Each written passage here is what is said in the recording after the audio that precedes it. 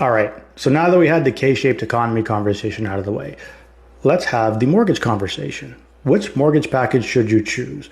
We have to look to all the data that we have right now. We have 8% unemployment in Toronto. We have high employment everywhere else in Canada. We have the Federal Reserve, which is the US central bank, cutting rates. They're going to start cutting rates in September, as I mentioned. So next couple of weeks, they're cutting rates. And they're going to continue to cut rates. Our bank is going to continue to cut rates as well. And with how bad our economy is going, they could continue to cut rates even below 3% into the twos for an overnight lending rate. So what mortgage package should you choose? Well, the 3-year fixed is kind of getting out of style now, because now that the rate cuts are starting and they're going to continue, you're better off taking a variable at this point. It's probably going to pay off for you. Or don't forget about how variable rate mortgages work. They float with prime. So as the Bank of Canada makes its decisions on its rate cuts, if it drops the rate by 0.25%, your rate on your mortgage drops by 0.25%.